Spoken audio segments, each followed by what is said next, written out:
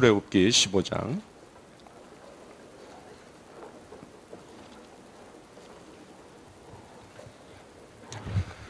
출애굽기 15장 13절 말씀을 우리 같이 읽겠습니다.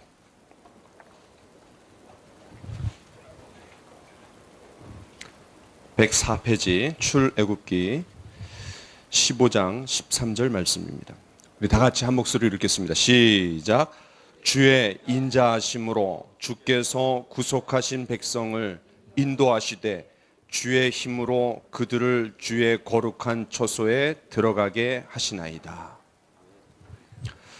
이 말씀은 출애굽기 전체의 주제 요절입니다.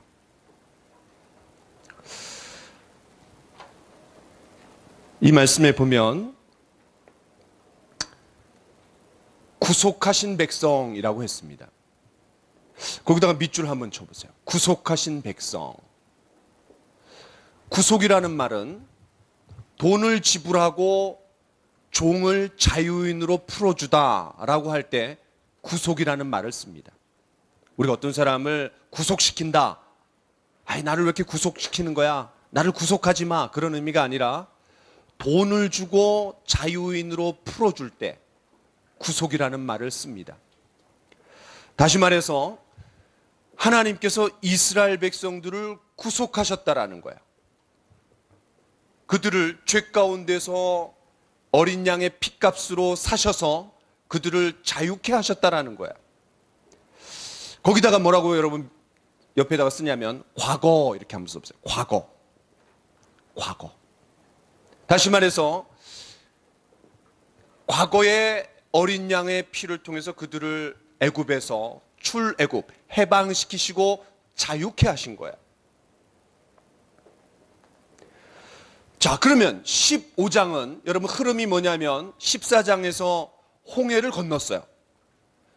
그 홍해를 건넌 사건이 너무나 감격스럽기 때문에 이 15장은 찬양입니다. 그래서 누구의 찬양이 나오냐면 모세의 찬양이 나와요. 자, 우리 1절을 같이 한번 읽어보겠습니다. 15장 1절 시작. 이때에 모세와 이스라엘 자손이 이 노래로 여호와께 노래하니 일러스되 내가 여호와를 찬송하리니 그는 높고 영화로우시며 말과 그 탄 자를 바다에 던지셨음이로다. 여러분 이 찬양 들어보셨어요?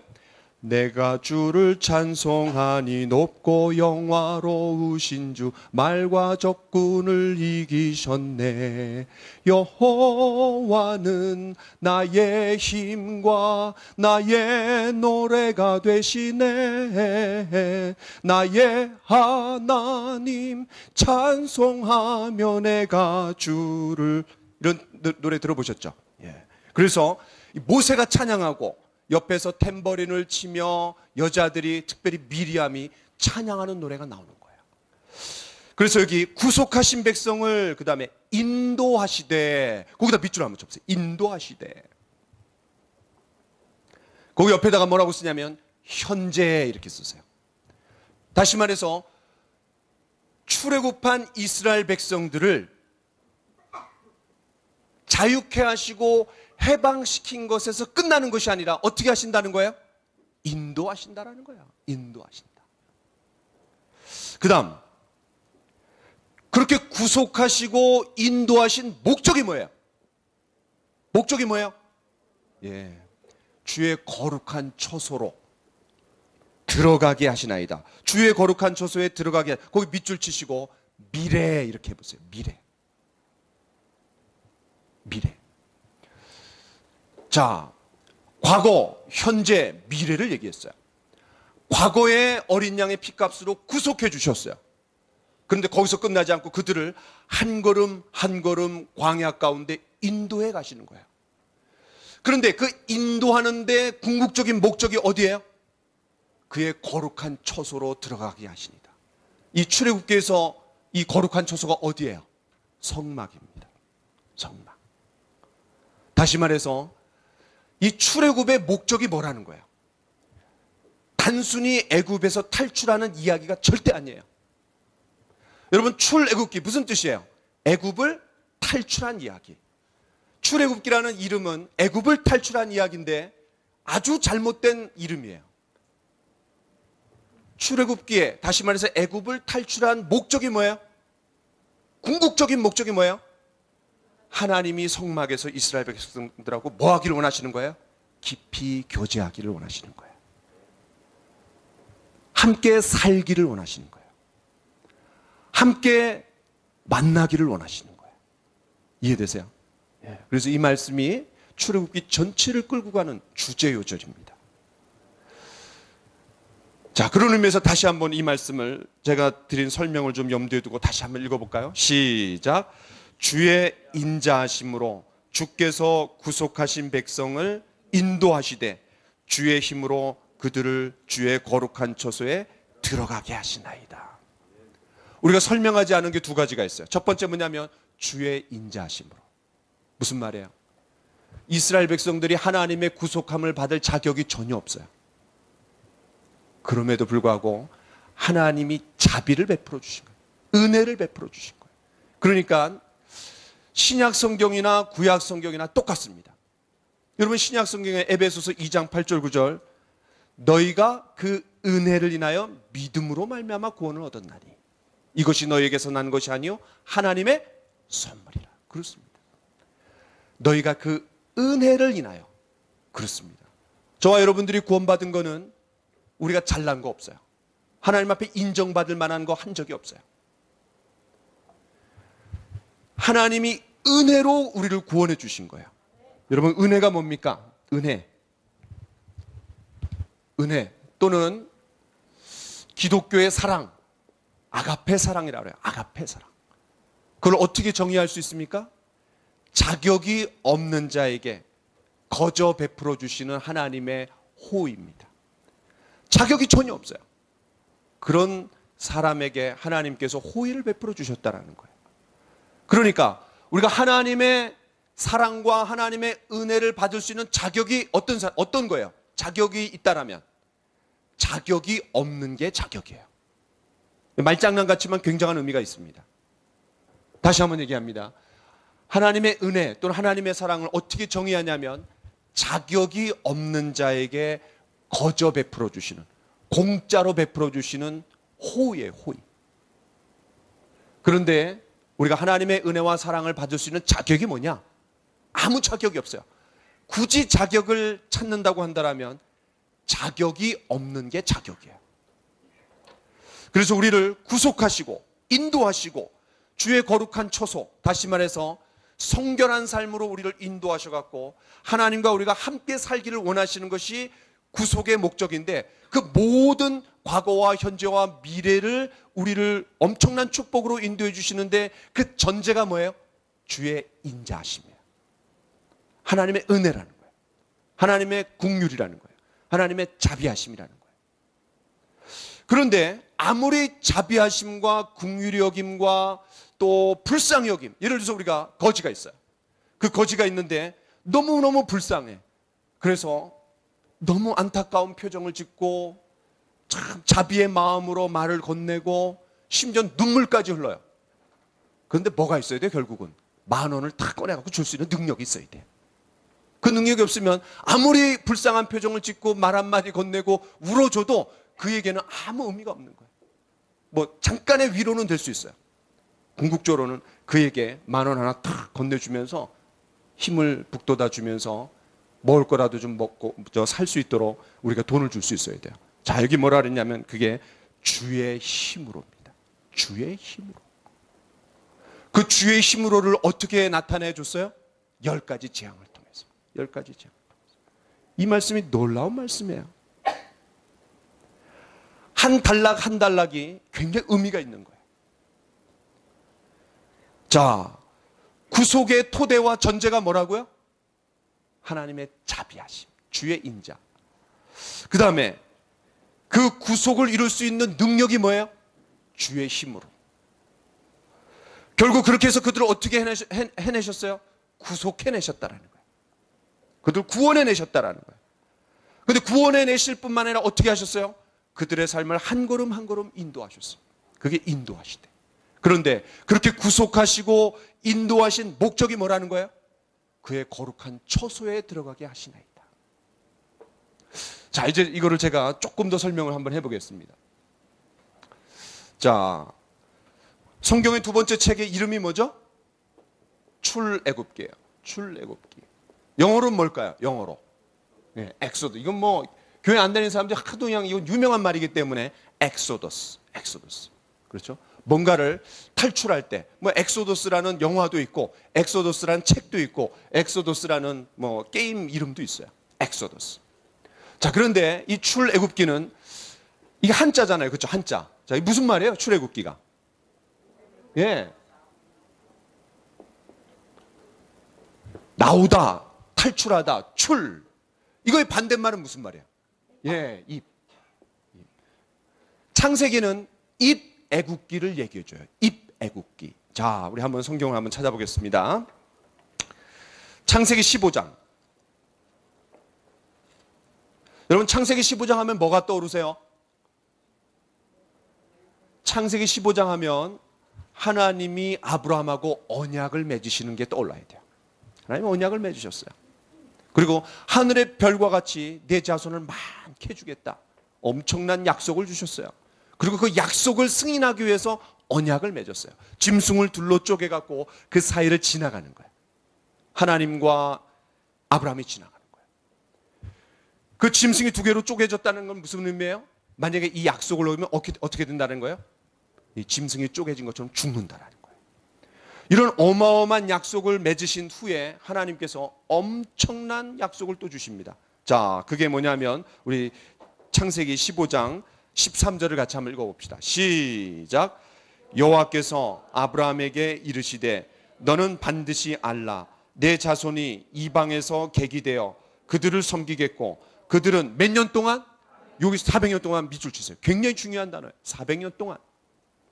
자, 질문 한번 드려보겠습니다. 여러분 출애굽기 열심히 읽고 또 연구하셨는데 또 그 스킷을 준비하시면서 이스라엘 백성들이 모세에 의해서 나왔을 때 몇 년이 지났어요? 애굽에 들어간 지? 예, 430년입니다. 430년. 야, 그럼 이제 이 30년이 뭐냐 도대체? 왜 30년에 이 갭이 있느냐? 머릿속에 문제의식을 가져야 돼요. 자, 그 다음 계속 읽겠습니다. 시작. 400년 동안 내 자손을 괴롭히리니 14절 시작. 그들이 섬기는 나라를 내가 징벌할지며 그 후에 내 자손이 큰 재물을 이끌고 나오리라. 이거 실제로 됐어요, 안 됐어요? 예. 마지막 10번째 재앙 때 재수 온 붙은 놈들이라고 하면서 제발 좀 나가달라고, 하여튼 제발 좀 나가달라고 그럴 때 그들이 갖고 있던 모든 금은 폐물들을 다 가져가라 했어요. 그걸 요구하는 대로 주라 그랬어요. 왜? 너무 재수 없는 놈들. 그리고 애굽이 그냥 초토화됐어요. 좀 경제적으로 정치적으로 완전히 초토화됐기 때문에 그들이 원하는 거는 모두 다 줬어요. 근데 나중에 그들이 가져간 게 결국은 뭐가 됐어요? 뭐의 예물이 됐어요? 성막의 예물이 되는 거예요. 야, 그러니까 430년 동안 종살이 했는데 일당을 받은 것도 아니고 주급을 받은 것도 아니고 연봉을 받은 것도 아니고 한꺼번에 종살이한 걸 한꺼번에 받아갖고 가는 거예요. 그런데 그 구원의 선물을 받은 거를 너무나 구원에 감격해서 하나님 앞에 자원함으로 드리는 게 뭐예요? 그게 성막을 드리는 예물이 된 거예요. 저는 교회는 그렇게 돼야 된다고 봅니다. 하나님께 받은 은혜가 너무 커서 내 모든 것들을 주님께 드릴 수 있는. 네.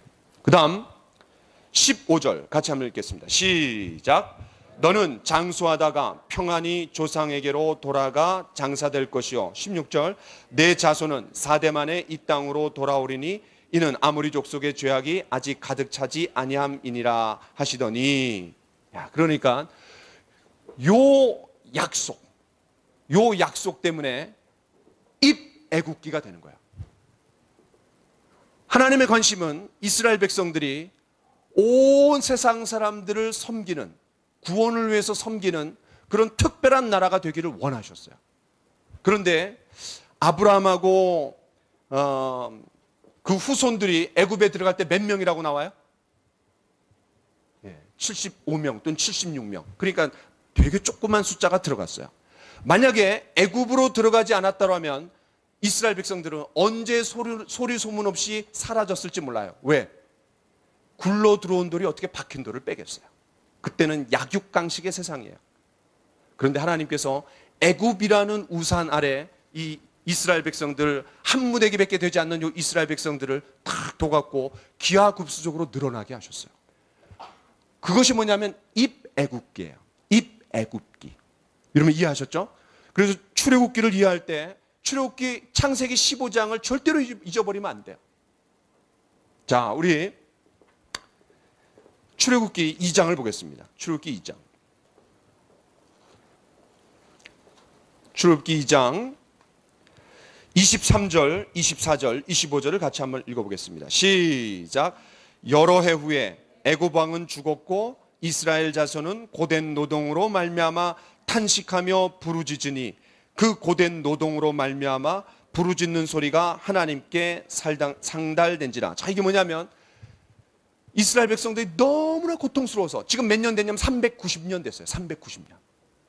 이제 10년만 지나면 돼. 근데 390년 됐는데 다시 말해서 모세가 40살이 됐어요. 그때 너무나 고통스러워서 그들이 어떻게 했어요? 부르짖었다 그랬어요. 탄식하며 부르짖었다 그랬어요. 자, 24절 시작. 하나님이 그들의 고통 소리를 들으시고 하나님이 아브라함과 이삭과 야곱에게 세운 그의 언약을 기억하세요. 그 언약에다가 밑줄 치세요. 그 언약이 어떤 언약이에요? 예, 창세기 15장. 창세기 15장. 여기에 놀라운 신앙의 원리가 들어가 있습니다. 여러분, 기도가 더 먼저예요? 말씀이 더 먼저예요? 우리가 하나님의 말씀과 기도로 거룩해진다 그랬어요. 자, 다시 한번 질문합니다. 하나님의 말씀이 더 중요해요? 아니면 기도가 더 중요해요? 말씀이 더 중요합니다. 왜 그렇죠? 하나님의 언약, 4대 만에 그들을 다시 빼내주겠다라는 그 하나님의 언약이 있기 때문에 뭐 할 수 있는 거예요? 기도할 수 있는 거예요. 기도. 다시 말해서 이스라엘 백성들이 그렇게 고통스럽게 부르짖었을 때 그들이 기도할 수 있었던 토대와 근거가 뭐예요? 하나님의 약속이에요. 여러분, 하나님이 우리가 전지하시다, 전능하시다 이런 표현을 써요. 여러분, 전능이 무슨 뜻이에요? 전능. 모든 것이 가능하다라는 뜻이에요. 그런데 하나님이 하실 수 없는 두 가지가 있어요. 아니, 전능하신 하나님이 왜 두 가지를 못해요? 다 할 수 있어야지. 두 가지가 뭐예요? 첫 번째는 그분이 죄를 지을 수 없어요. 하나님이 전능하시지만 죄를 지을 수 없어요. 못하는 게 있는 거야. 만약에 하나님이 죄를 지으시면 어떻게 되는 거예요? 그럼 더 이상 하나님이 아니에요. 왜? 하나님은 거룩하신 하나님. 그 거룩이라는 말은 뭐냐면 구별되었다, 분리되었다, 다르다 이런 말이에요. 그럼 뭐로부터 구별되고 뭐로부터 분리되고 뭐로부터 다르다는 거야? 죄로부터. 그런데 하나님께서 죄를 지으실 수 없어요. 죄를 짓는다면 하나님은 그분은 하나님도 아니고 전능한 하나님도 아니에요. 두 번째, 하나님이 하실 수 없는 게 뭐예요? 약속한 것을 어길 수가 없어요. 약속한 걸 어길 수가 없어요. 그래서 그 약속의 근거에서 하나님이 이스라엘 백성들이 부르짖는 거예요. 그러니까 놀라운 신앙의 원리가 여기 들어가 있어요. 첫 번째, 하나님의 약속. 그 하나님의 약속을 전제로 우리가 어떻게 하는 거예요? 기도하는 거예요. 기도. 기도는요, 우리가 하나님 앞에 간구하는 거예요. 그런데 아무 생각 없이 나의 원함을 짓거리는 거는, 이거는 이방인의 기도예요. 반드시 기도는 하나님의 약속이 전제돼야 돼요. 하나님의 약속이 전제돼야 돼요. 때문에 저와 여러분들이 하나님의 약속을 받아야 돼요. 하나님의 약속을 받아야 돼요. 그 약속을 받을 때 하나님께서 그 기도 가운데 역사하시는 거예요. 예를 들어서 이번 통합이 되는 과정에서 저는 솔직히 통합되기 원하지 않았어요. 여러 가지로 싫은 이유가 되게 많았어요. 개인적으로 저는 이 되기를 원하지 않았어요. 그런데 그 당시에 제가 섬기던 교회에서 성경을 어디를 읽었냐면은 에스라, 느헤미야, 에스더 이걸 읽고 있었어요. 자, 여러분 한번 보겠습니다. 에스라서를 한번 보세요. 에스라서. 자, 에스라서. 구약 성경 에스라서 3장을 보겠습니다. 3장.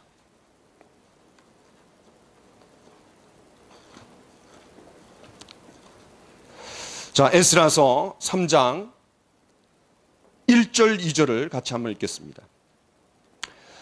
이거 읽을 때 여러분 이제 뭐를 염두에 두냐면 이스라엘 백성들이 멸망했어요. 남쪽 유다가, 북쪽 이스라엘은 이미 오래전에 멸망했고 남쪽 유다가 바벨론의 포로로 잡혀가고 완전히 멸망했어요. 그게 BC 586년입니다.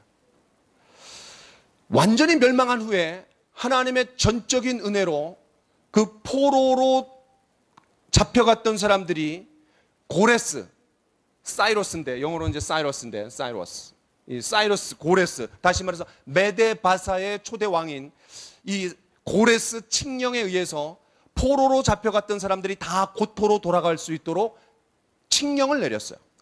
그 칙령을 내렸을 때 그들이 일단의 무리가 돌아와요. 다 돌아오지 못했어요. 왜냐하면 이미 시간이 많이 지났기 때문에 거기서 터를 잡고 살아가는 사람들이 다 돌아오지 못하고 일단의 무리들이 돌아와요. 그 돌아오자마자 제일 먼저 한 행동이 있어요. 자, 그걸 염두에 두고 우리 1절, 2절을 같이 한번 읽어봅시다. 시작.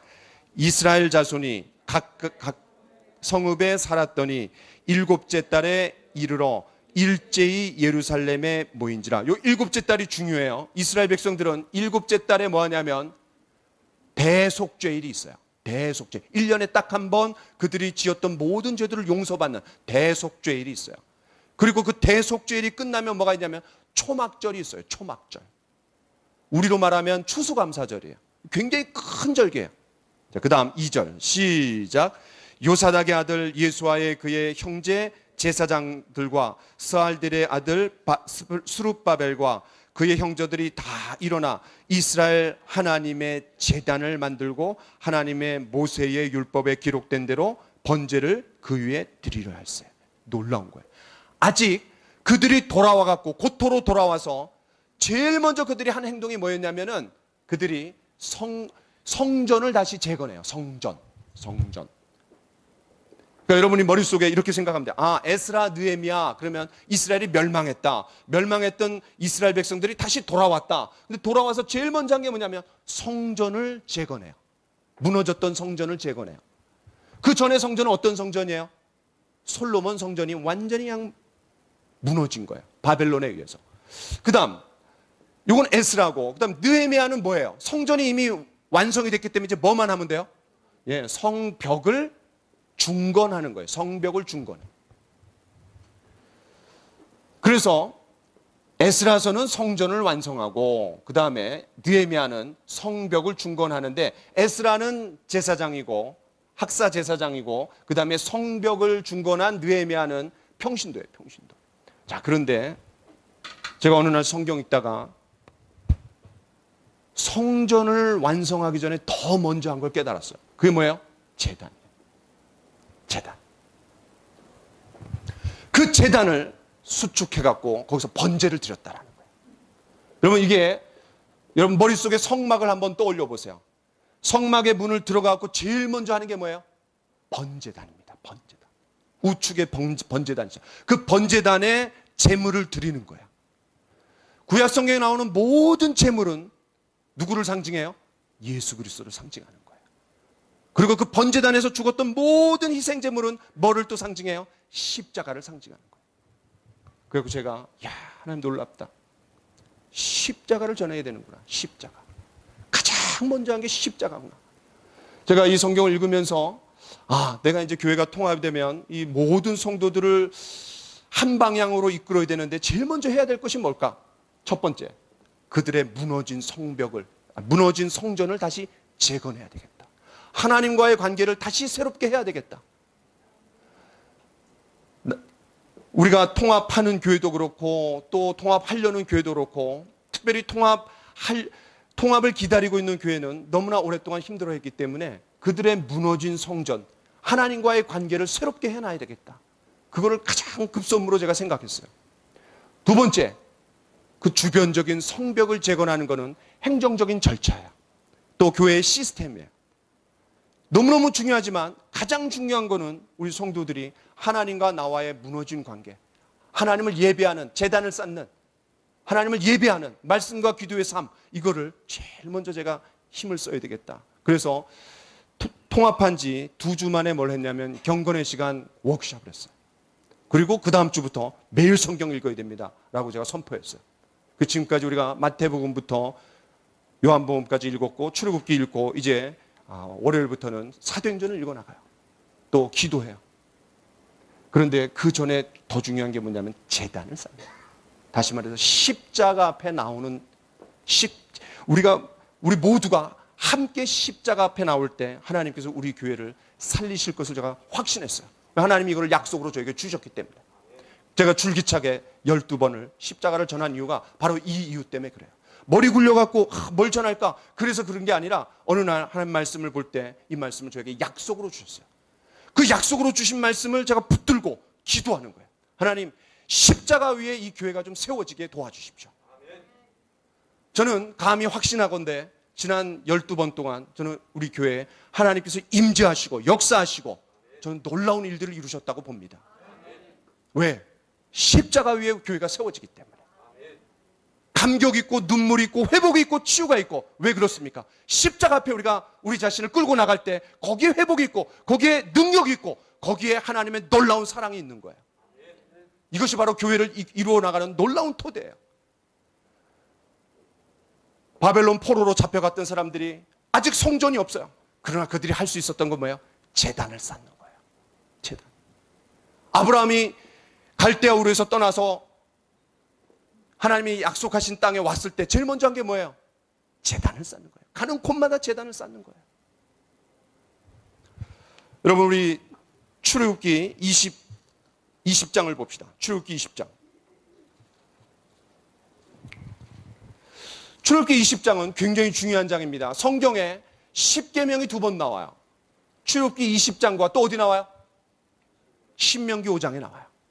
신명기 5장. 10계명은 성경의 토대일 뿐만 아니라 율법의 기초일 뿐만 아니라 이 지구상에 존재하는 모든 법의 모법입니다. 굉장히 중요한 법이에요. 그런데 그 10계명을 주고 나서 여러분 굉장히 놀라운 구절을 우리가 같이 봅시다. 자, 22절부터 같이 한번 봅시다. 시작. 여호와께서 모세에게 이르시되 너는 이스라엘 자손에게 이같이 이르라. 내가 하늘로부터 너희에게 말하는 것을 너희 스스로 보았으니 너희는 나를 비겨서 은으로나 금으로나 너희를 위하여 신상을 만들지 말고. 자, 24절이 중요합니다. 24절 25절 시작. 내게 토단을 쌓고 그 위에 내 양과 소로 내 번제와 화목제를 드리라.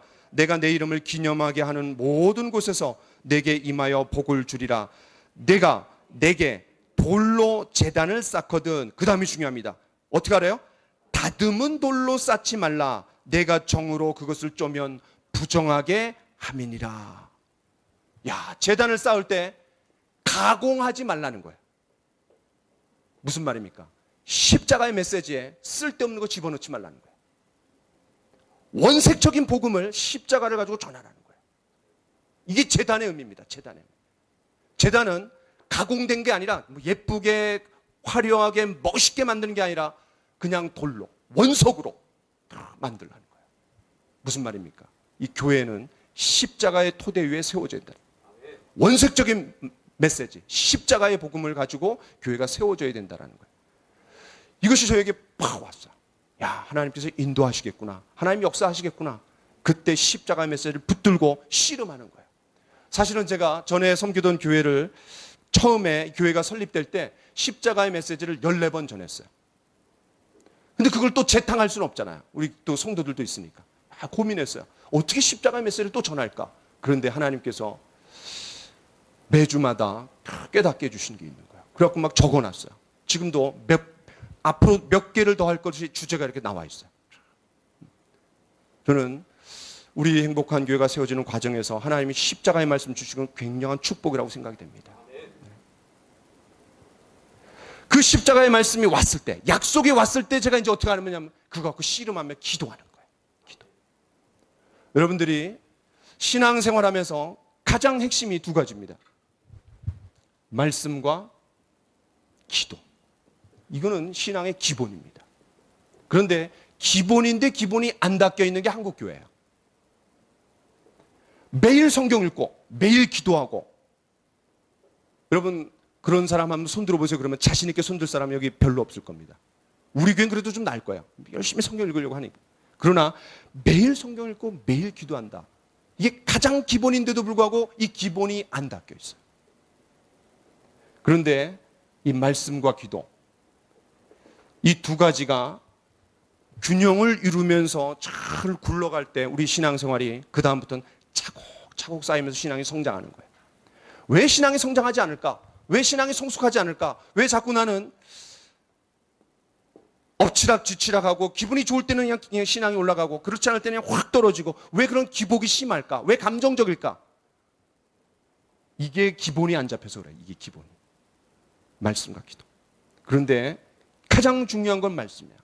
하나님의 말씀을 받아갖고 거기서 약속을 딱 붙잡아야 돼요. 하나님 약속. 그 약속을 주신 것을 토대로 내가 기도하는 거예요.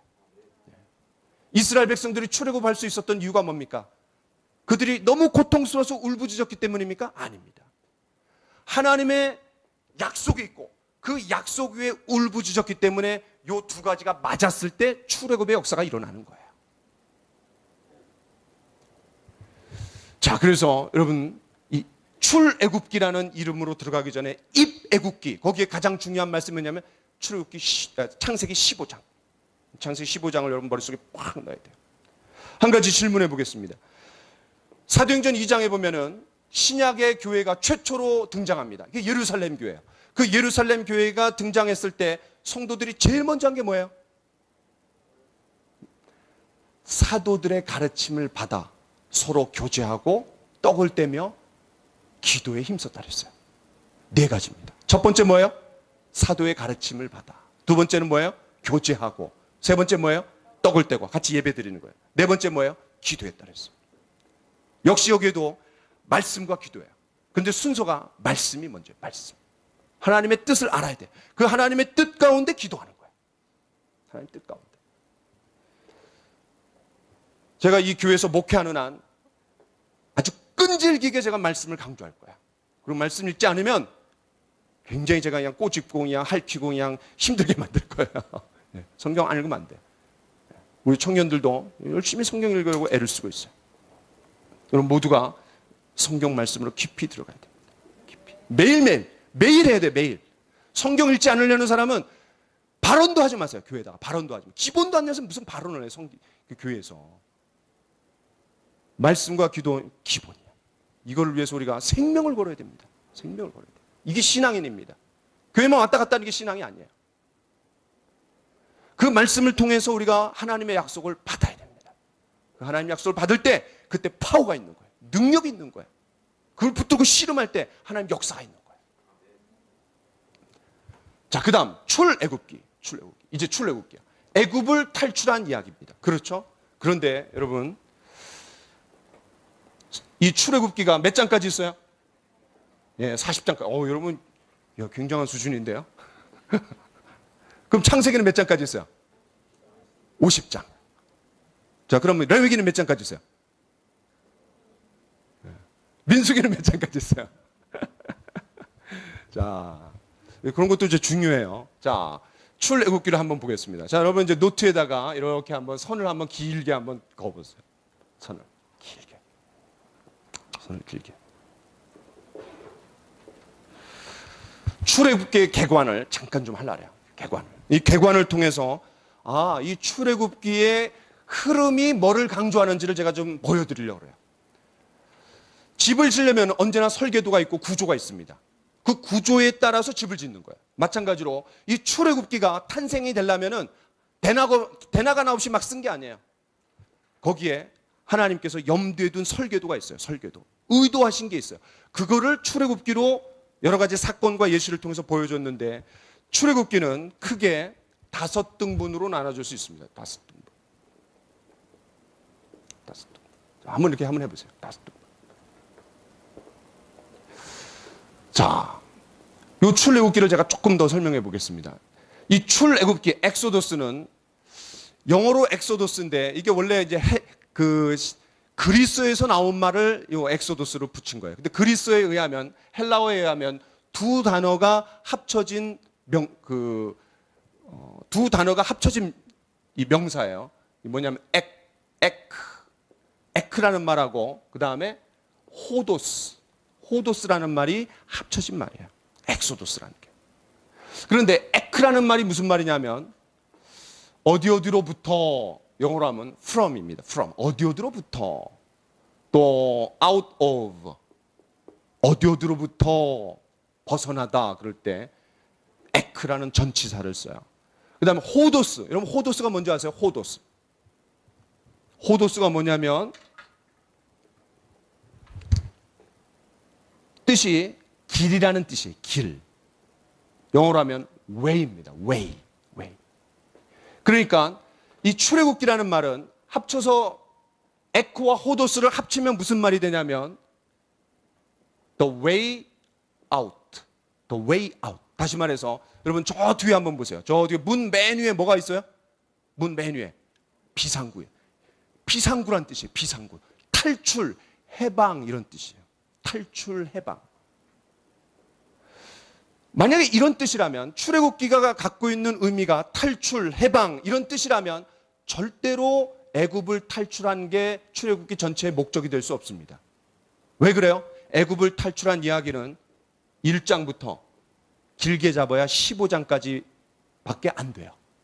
다시 말해서 우리 그 1조가 발표했던 것처럼 기하급수적으로 늘어나는 이스라엘 백성들에 대해 위기감을 느끼면서 여러 가지 조치를 하다가 마지막에는 모든 남자가 태어나면 다 죽이라 그랬어요. 그 다음에 14장, 15장이 뭐예요? 홍해가 갈라지면서 거기를 건넜어요. 육지처럼 건넜어요. 그리고 다시 그 홍해가 갈라졌지만 동시에 어떻게 됐어요? 다시 물이 합쳐졌어요. 여러분 물이 합쳐졌다는 게 무슨 말이에요? 물이 합쳐졌다는 게 무슨 말이에요? 애굽과의 결별이 일어났다는 거예요. 다시 애굽으로 넘어갈 수가 없어요. 그러니까 우리가 구원받은 사람은 다시 세상으로 돌아갈 수 없다는 거예요. 그를 상징적으로 보여주는 거예요. 그러니까 만약에 출애굽기가 애굽을 탈출한 이야기다라고 하면 이 출애굽기에 문제가 있어요. 왜냐하면 40장 중에, 여기 40장이에요. 40장 중에 많이 잡아야 15장만 애굽을 탈출하는 이야기예요. 훨씬 더 많은 이야기가 무슨 내용이에요? 다른 이야기예요. 다른 이야기. 자, 16장부터 18장까지 16장부터 18장까지 여기에 어떤 내용이 나와요? 여러분 이제 잘 아시죠? 16장에 뭐가 나와요? 만나와 메추라기. 17장에 뭐가 나와요? 반석에서 물이 터졌어요. 그리고 아말렉과의 전쟁에서 이겼어요. 그때 여호수아가 등장하는 거예요. 처음으로. 그 다음에 18장에 누가 나와요? 우리 아까 그 퀴즈에서 나왔는데 모세의 장인의 이름이 뭐예요? 이드로예요. 이드로가 와갖고 그 요게벳이랑 두 아들하고 같이 와요. 두 아들의 이름이 뭐예요? 게르솜과 엘리에셀이에요. 그래서 같이 와갖고 조직을 정비해요. 조직. 거기서 패장은 3명당 1명, 그 다음에 10부장 10명당 1명, 그 다음에 100부장, 50부장, 1000부장을 만들고 조직을 다 갖추는 거예요. 그러니까 16, 17, 18이 그런 내용이에요. 그 다음 19장부터 24장까지. 왜 24장이냐면 이거 중요해요. 19장에는 뭐예요? 하나님 이스라엘 백성들이 어디에 도착했어요? 시내산에 도착하는 거예요. 시내산. 요 시내산에 도착해갖고 상당히 오랫동안 머물러요. 그런데 19장에서 하나님이 찾아오시고 이스라엘 백성들에게 찾아오시고 20장에 하나님께서 10계명을 주시고 그 다음에 21장, 22장, 23장 요 3장을 통해서 그 10계명을 확대한 법을 주세요.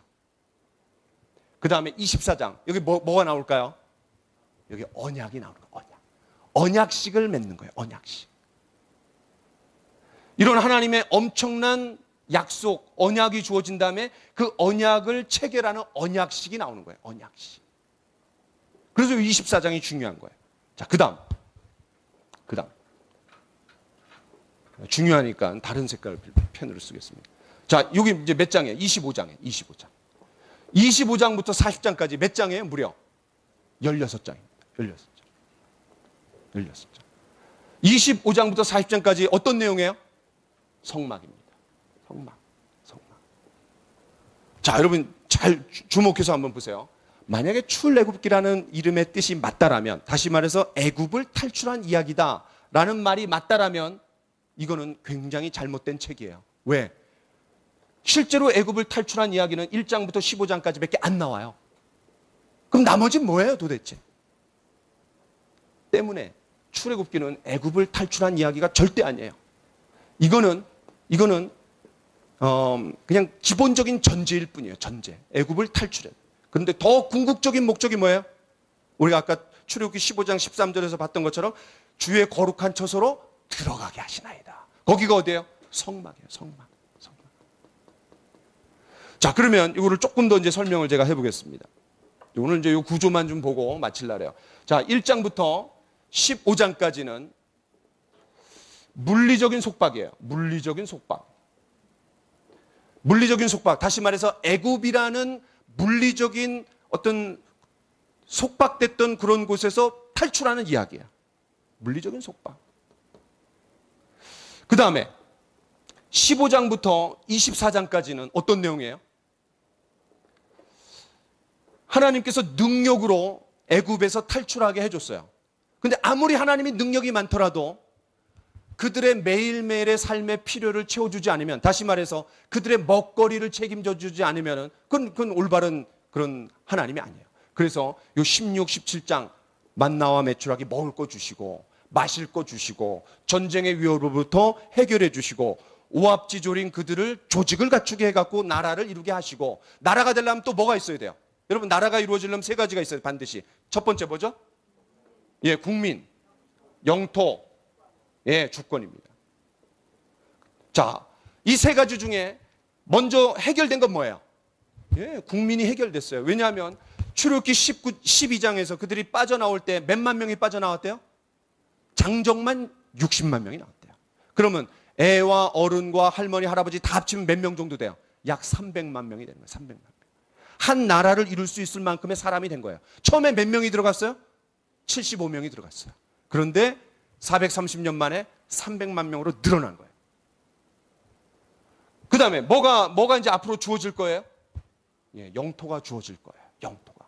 그런데 그 엄청난 300만 명이나 되는 사람들이 430년 동안 어디에서 종살이 했어요? 애굽에서 종살이 했어요. 그럼 뼛속 깊이, 이 마음속 깊이 뭐가 진드기 붙어 있냐면 노예 근성이 탁 잡혀 있는 거예요. 그 노예 근성을 가지고 가나안 땅에 들어가는 거 의미가 없어요. 왜냐하면 똑같은 짓거리 또 할 거니까, 우상 숭배하고. 그렇기 때문에 하나님께서 영토로 들어가기 전에 뭐를 얘기해 주시냐면 주권. 여러분, 주권이 있다는 게 뭘로 표시됩니까? 헌법이 있는 거예요. 헌법. 법이 있는 거예요. 그래서 하나님이 법을 주시는 거예요. 법을. 19장부터 24장까지 10계명을 토대로 한 율법이라는 하나님 법을 주시는 거예요. 자, 하나님께서 그들의 일용할 양식을 주시고, 또 그들이 전 세계를 섬기는 하나님의 백성이 되어야 되는데, 그 하나님의 백성이 되려면 하나님의 법이 있어야 돼요. 하나님의 법. 그래서 그걸 주시는 거예요. 다시 말해서 이 16장부터 24장까지는 그들의 영적인 무지, 그들이 하나님을 잘 몰라요. 하나님 잘 모르는 그런 영적인 무지로부터 그들을 해방시키시는 거예요. 자, 첫 번째는 물리적인 속박으로부터 구출해 주시고 해방시켜 주시고, 이게 해결된 다음에 뭐예요? 그들이 영적으로 무지, 영적인 무지로부터 그들을 다시 해방시키시는 거예요. 그 결과 하나님이 어디다 집어넣기를 원하시는 거예요? 성막. 이게 뭐예요? 이 성막이 하나님의 임재입니다. 하나님의 임재. 하나님이 임재하시는 곳에 딱 집어넣기를 원하시는 거예요. 왜? 이스라엘 백성들이 근본적인 문제가 뭐예요? 애굽의 속박에, 애굽이라는 나라에 속박되어 있다는 게 근본적인 문제가 아니라, 그들이 하나님을 알지 못하는 무지가 근본적인 문제가 아니라, 더 근본적인 문제는 뭐냐면 하나님으로부터 이스라엘 백성들이 분리되어 있다는 거예요. 분리. 하나님으로부터 소외되어 있다는 거예요. 소외되어 있다는 거예요. 그런데 그 분리와 소외를 해결해 주신 게 뭐냐면 하나님이 성막에서 그들과 만나시겠다는 거예요. 자, 여러분, 출애굽기 22장을 보겠습니다. 출애굽기 25장. 출애굽기 25장. 출애굽기 25장 22절을 같이 한번 읽겠습니다. 시작.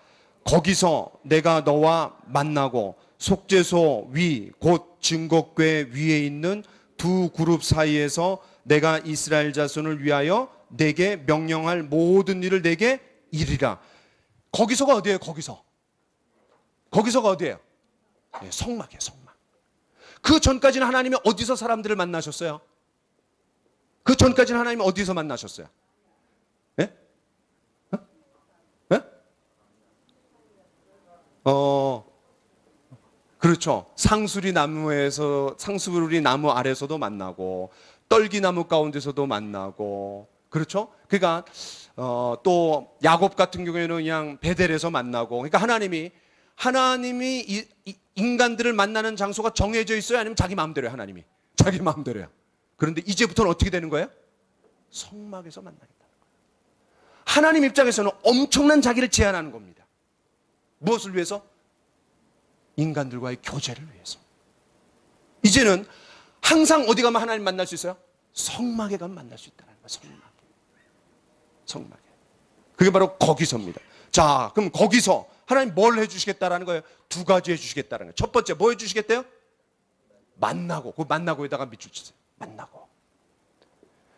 이제는 아무 데서나 만나시는 것이 아니라 하나님이 지정한 장소에서 만나 주시겠다는 거야. 하나님 입장에서는 엄청난 사랑입니다.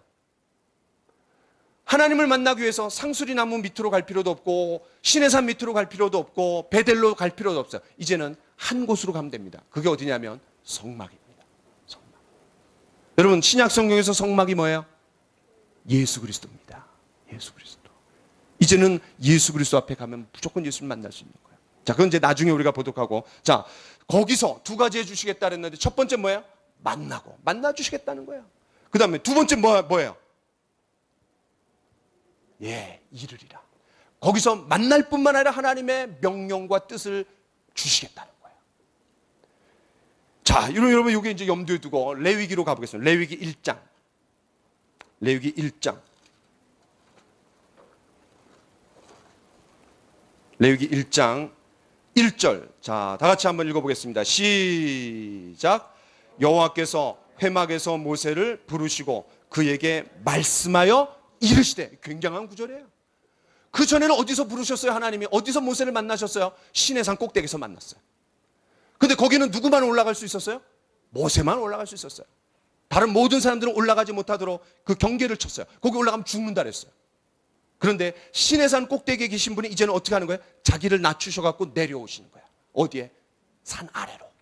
마치 하늘 보좌에 계신 분이 그런 모든 것들을 다 내려놓고 인간이 되신 거랑 똑같은 거예요. 여기서 중요한 단어가 뭐예요? 레위기 1장 1절에서 회막에서. 회막. 다시 말해서 성막에서. 그 다음 민수기 1장 1절을 보겠습니다. 민수기 1장 1절. 민수기 1장 1절. 자, 우리 다 같이 한번 읽어봅시다. 시작. 이스라엘 자손이 애굽 땅에서 나온 후 둘째 해 둘째 달 첫째 날에 여호와께서 시내 광야 회막에서 모세에게 말씀하여 이르시되. 똑같은 거야. 항상 이제 모세를 어디서 만나시는 거예요? 성막에서 만나시는 거예요. 성막에서. 때문에 이 출애굽기의 가장 중요한 하이라이트는 어디냐면 여기입니다. 여기. 결국 여기로 이끄시기 위해서 하나님이 그들을 애굽에서 탈출시키시고, 그리고 그들이 하나님에 대해 무지해. 왜냐하면 430년 동안 우상을 숭배하는 나라에 살았기 때문에 그들에게 하나님이 누구신지를 알려주시는 거예요. 일용할 양식을 허락해 주시고, 그 다음에 그들에게 하나님의 기준을 제시해 주시는 거예요. 그 하나님의 법이에요. 법. 하나님 법을 딱 주시는 거예요. 그런데 그런 모든 것들을 한 목적이 뭐예요? 그들과 함께 살기 위해서. 그들과 함께 거하기 위해서. 자, 이런 목적을 조금 몇 구절을 더 보겠습니다. 자, 우리 낮에도 봤는데 출애굽기 19장에 봅시다. 출애굽기 19장. 출애굽기 19장. 이 출애굽기 19장은 시내산에 도착했어요. 자, 4절을 같이 읽겠습니다. 시작. 내가 애굽 사람에게 어떻게 행하였음과 내가 어떻게 독수리 날개로 너희를 업어 어디로 인도하였음을? 내게로 인도하였음을. 하나님은 이스라엘 백성들을 출애굽시켜갖고 그들이 억압받는 자리에서 탈출시키는 게 목적이 아니라 그거는 부수적인 거예요. 하나님 자신에게로 이끌어서 함께 교제하기를 원하시는 거예요. 교제하기를. 내게로 있기를 원하시는 거예요. 그 다음에 출애굽기 29장을 봅시다. 출애굽기 29장 42절 같이 읽겠습니다. 시작. 이는 너희가 대대로 여호와 앞 회막문에서 늘 드릴 번제라. 내가 거기서 너희와 만나고 내게 말하리라. 43절 시작. 내가 거기서 이스라엘 자손을 만나리니 내 영광으로 말미암아 회막이 거룩하게 될지라. 44절. 내가 그 회막과 제단을 거룩하게 하며 아론과 그의 아들들도 거룩하게 하여 내게 제사장 직분을 행하게 하며. 45절. 내가 이스라엘 자손 중에 거하여, 중요한 거예요. 거하여 그들의 하나님이 되리니. 46절 시작. 그들은 내가 그들의 하나님 여호와로서 그들 중에 거하려고. 예, 이거 중요한 거예요. 그들 중에 거하려고. 시내산 꼭대기는 그들 중에 거하는 게 아니에요. 왜? 거기는 누구만 갈 수 있냐면 모세밖에 못 가요. 그런데 이제 시내산 밑으로 내려오셔서 성막을 통해 갖고 그 성막 주변에 이스라엘 백성들이 텐트를 치는 거예요. 다시 말해서 그들 안에 거하시는 거예요. 그들 안에.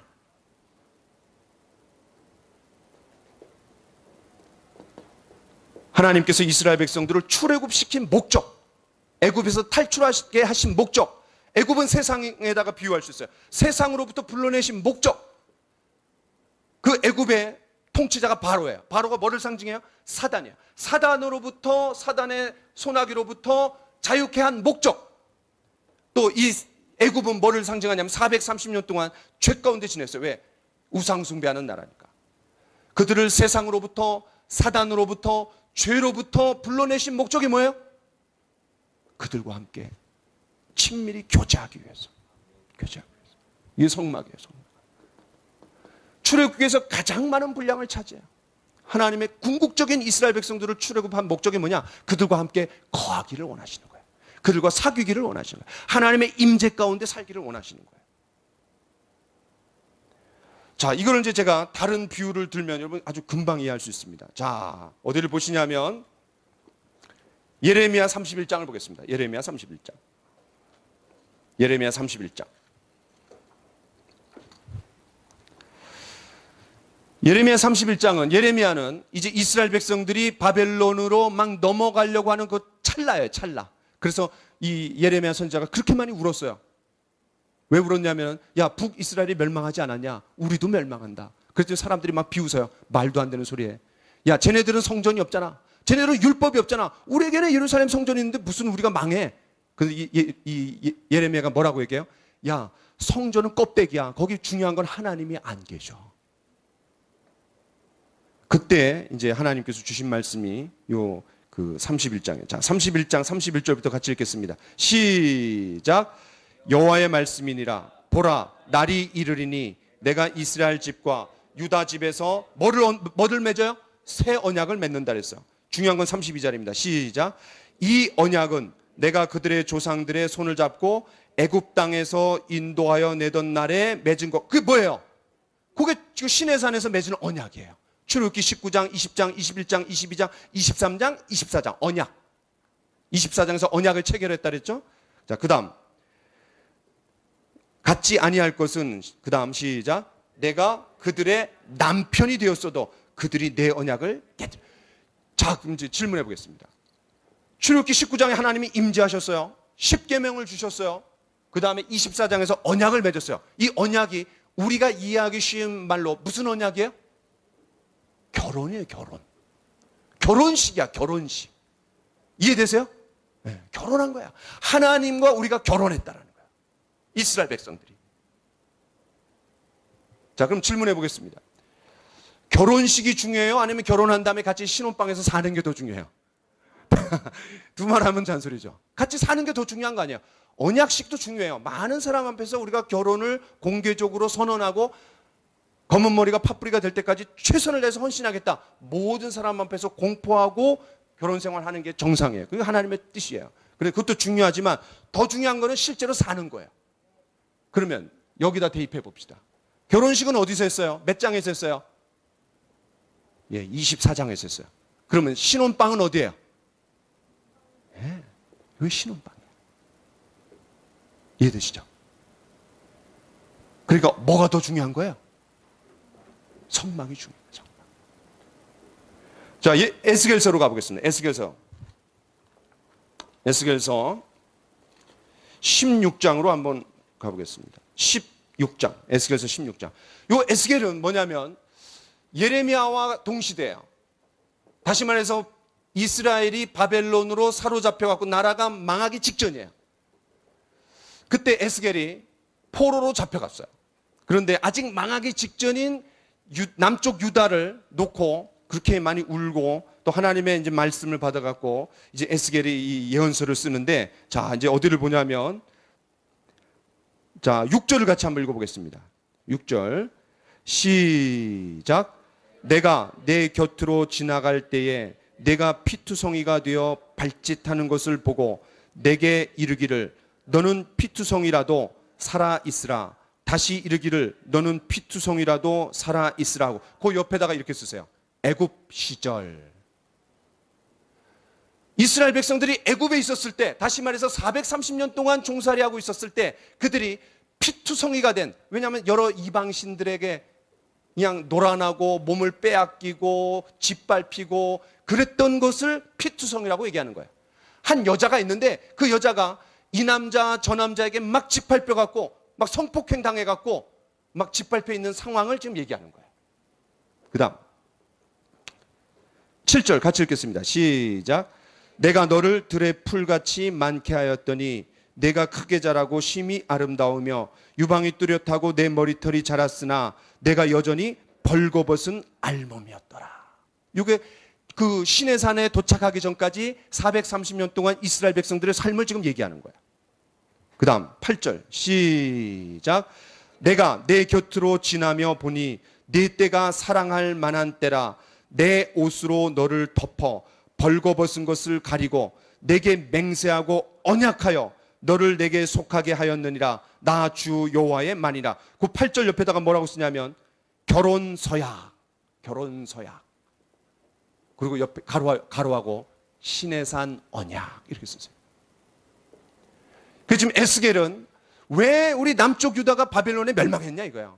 처음에 하나님께서 수많은 우상들에게 짓밟혀갖고 몸을 이리 굴리고 저리 굴리고 그냥 완전히 그냥 개망난이 됐을 때 피투성이가 된 그 이스라엘 백성들을 그 한 처녀로 지금 비유하고 있는 거예요. 그런데 그 처녀를 불러다가 깨끗이 씻기고 옷을 입혀갖고 시내산으로 데리고 와갖고 뭐 했다는 거예요? 결혼했다는 결혼. 그런 결혼을 했음에도 불구하고 어떻게 이 남자 저 남자에게 찝적대고 그렇게 그냥 따라다니고 그랬냐 이거예요.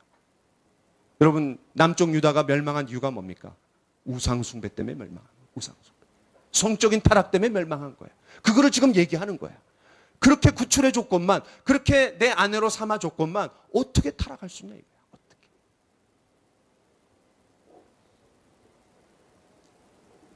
다시 한번 얘기합니다. 제가 오늘 얘기하려는 핵심은 요거예요. 성막. 왜 출애굽기가 애굽을 탈출한 이야기가 아니냐. 왜 출애굽기의 목적이, 궁극적인 목적이 단순히 애굽에서 탈출하는 이야기가 아니라 그들을 결국은 성막으로 끌고 가갖고 그 성막에서 하나님께서 함께 살기를 원하시는 거예요. 함께 거하기를 원하시는 거예요. 함께 교제하기를 원하시는 거예요. 이게 하나님의 궁극적인 목적이에요. 이걸 로마서로 환원하면은, 자, 여기는 죄 가운데 있는 거예요. 세상에 있는 거예요. 사단의 종로로 타고 있는 거예요. 그리고 실제로 그들의 결과가 뭐예요? 죽음이에요. 죽음. 실제로 죽은 자와 똑같은 거예요. 그런데 그들을 하나님께서 놀라운 7장부터는 뭐가 나오냐, 여러분 보신 것처럼 7장, 8장, 9장, 10장까지 뭐가 나와요? 8가지 재앙이 나와요. 그 다음에 11장, 12장에서 흑암의 재앙, 초태생의 재앙, 장자의 재앙이 아니에요. 장자라는 건 잘못된 거예요. 왜냐하면 사람만 죽은 게 아니라 동물도 첫 새끼가 죽었기 때문에 장자가 죽었다라는 표현을 쓰는 게 아니라 초태생이 더 맞는 거예요. 초태생. 어쨌든 7장부터 15장까지가 뭐냐면 하나님께서 능력을 보여주시는 거예요. 능력. 그들을 구출해 줄 수 있는 능력을 보여줬어요. 이건 뭐예요? 십자가예요. 십자가. 신약 성경으로 얘기하면 하나님께서 죄 문제, 죽음의 문제, 심판의 문제를 예수 그리스도를 통해서 해결해 주시고 그것이 해결되었다라는 것을 증명하시기 위해서 어떻게 해주신 거예요? 부활을 통해 갖고 증명하신 거예요. 다시 말해서 여기에 십자가와 부활이 여기 딱 담겨 있는 거예요. 그 다음에 16장. 마라의 쓴물부터, 그건 15장에 나오지만, 원래 성경은 장절이 없어요. 원래 성경이 쓰여졌을 때는 나중에 우리가 찾고 이해하기 쉽도록 장절을 써놓은 거예요. 11세기, 12세기에. 그런데 16장에 뭐가 나와요? 원망이 나오기 시작해요. 원망. 시내산에 도착하기 전에 몇 번 원망해요? 3번 원망해요. 3번. 뭐 때문에 원망해요? 먹을 것 때문에 원망. 두 번, 만나 때문에 원망. 두 번째 뭐예요? 매출하기 때문에 원망. 그 다음에 세 번째가 뭐예요? 물 때문에 원망. 3번 원망해요. 3번. 근데 이 3번 원망할 때마다 하나님이 징계하셨어요? 안 하셨어요? 안 하셨어요. 그러면 나중에 시내산을 떠난 다음에 몇 번 원망해요? 몇 번 원망해요? 7번 원망합니다. 그 도합 10번 원망하는 거예요. 그럼 왜 여기 3번이고 여기는 7번일까요? 7은 뭐예요? 완전수예요. 완전수. 그 이스라엘 백성들이 원망했다는 얘기는 뭐예요? 계속해서 불평하고 원망했다는 뜻이야. 그런데 하나님이 시내산 이전에 원망한 것과 시내산 이후에 원망한 건 하늘과 땅 차이로 다릅니다. 어떻게 다르죠? 시내산 이전에 원망했을 때 하나님이 회초리를 대지 않아요. 그런데 시내산 이후부터는 어떻게 되죠? 많은 사람이 죽고, 심지어는 모세가 어떻게 돼요? 가나안 땅에 못 들어가고, 그렇죠? 하루아침에 2만 5천 명이 죽고, 시시때때로 하나님께서 원망하고 불평할 때마다 저주를 내렸어요. 구스 여인을 취한 것 때문에 모세가, 요게벳이 아니라 십보라가 일찍 죽었나 봐요. 뭐 하여튼 근데 구스 여인을 취한 것 때문에 이 미리암하고 아론이 그냥 대항했다 그랬어요. 그때 미리암이 어떻게 되죠? 문둥병에 걸리는 거예요. 그러니까 원망하고 불평만 언제든지 하나님은 어떻게 해요? 책망하시는 거예요. 가장 큰 책망이 뭐였어요? 요 7번 중에 가장 큰 책망이 뭐예요? 4번째 책망이에요. 왜? 7 중에 가운데가 뭐예요? 4번째예요. 그 4번째가 뭐죠? 가나안 정탐꾼이에요. 결국은 못 들어가고 다 죽었어요. 뺑뺑이 돌다가. 자, 제가 말씀드리려고 하는 핵심이 뭐냐면, 시내산 이전에 원망하고 불평했고 시내산 이후에도 원망하고 불평했는데, 똑같이 원망하고 불평했는데 시내산 이전에는 하나님이 다 용서해 줬어요. 다 들어줬어요. 이거는 신약 성경의 언어로 얘기하면 어떻게 한 거예요? 양육하는 거예요. 양육. 이스라엘 백성들이 원망하고 불평할 때마다, 왜냐하면 그들이 430년 동안 종살이 했기 때문에 그들의 원망과 불평을 하나님 다 들으시고, 그들이 결국은 하나님은 어디로 끌고 가시기를 원하시는 거예요? 시내산으로 끌고 가고 거기서 성막을 통해 갖고 그들과 함께 거하는 거예요.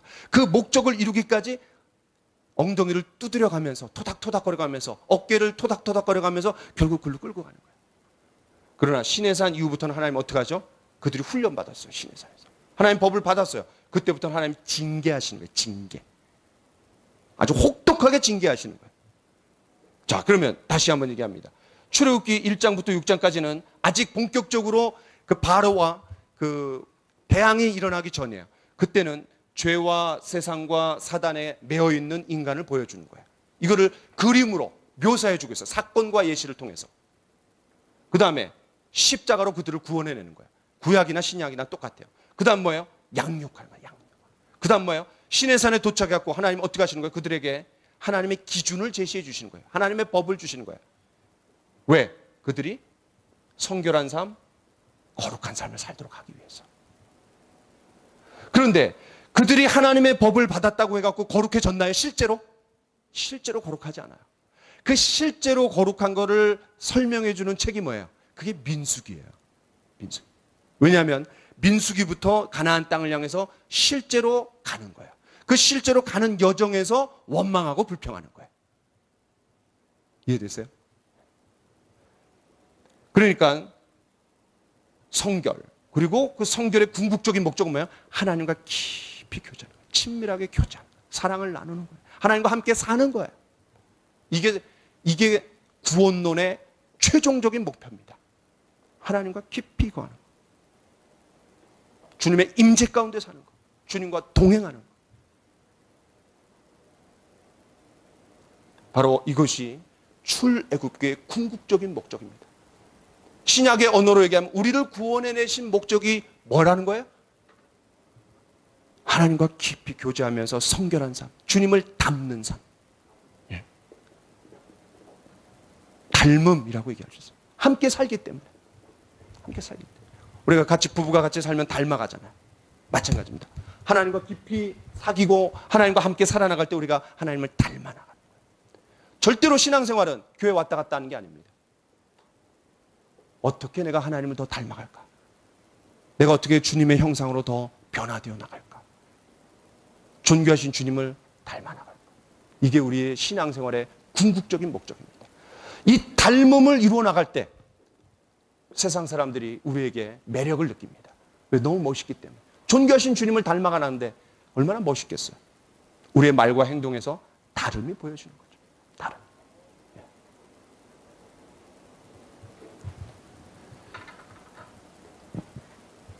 자, 우리 같이 여기까지 하고 같이 좀 찬양 한번 하겠습니다. 여러분, 찬송가 191장입니다.